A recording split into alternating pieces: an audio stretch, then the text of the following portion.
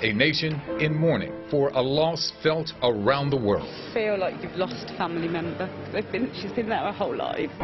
The new king, Charles, meets his subjects and says farewell to his mother while gaining control of the kingdom. To my darling Mama, as you begin your last great journey to join my dear late Papa, I want simply to say this: thank you. This is Eyewitness News at 5, and we continue to stream live on CBS News Philadelphia. Good evening, everyone. I'm Yuki Washington. I'm Jessica Cartalia. Our Jim Donovan has been in Windsor all day at Windsor Castle as the world remembers Queen Elizabeth II. He has said that it is a remarkable time to We're on be in here. 60 seconds. Britain is marking the end of an era and the beginning of a brand new one. You are looking live right now at Buckingham Palace in London. King Charles III arrived there earlier today. It was his first time as sovereign. A crowd of people greeted him with cheers. There's excitement in the kingdom right now, but there is also sadness. There's now a 10-day mourning period for the Queen. In London at St. Paul's Cathedral, about 2,000 people gathered for a remembrance service.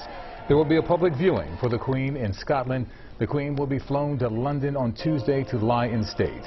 Today, King Charles addressed the nation as its new monarch.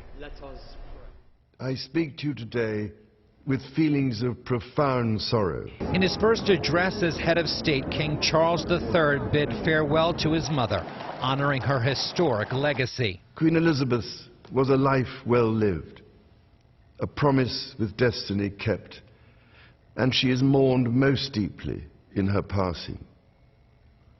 That promise of lifelong service I renew to you all today. It comes on the same day King Charles meets with the newly appointed Prime Minister Liz Truss, and as mourners around the world pay their respects to the longest-serving monarch in history. She died Thursday at age 96.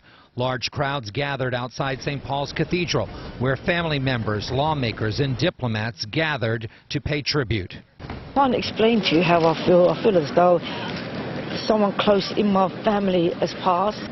Quite emotional, and I think it's going to be very different without her. As the country and the British Commonwealth adjust to a new reality, some people have mixed feelings. I'm not like the biggest fan of the Queen or just like the monarchy in general, mainly to do with like British like colonial history. Others say they look forward to having a king on the British throne for the first time in more than 70 years. I think he's probably more ready for it in the last 15 years than he probably was in his younger years. King Charles promised to give his energies to his new duties. Wherever you may live in the United Kingdom or in the realms and territories across the world, and whatever may be your background or beliefs, I shall endeavor to serve you with loyalty, respect, and love.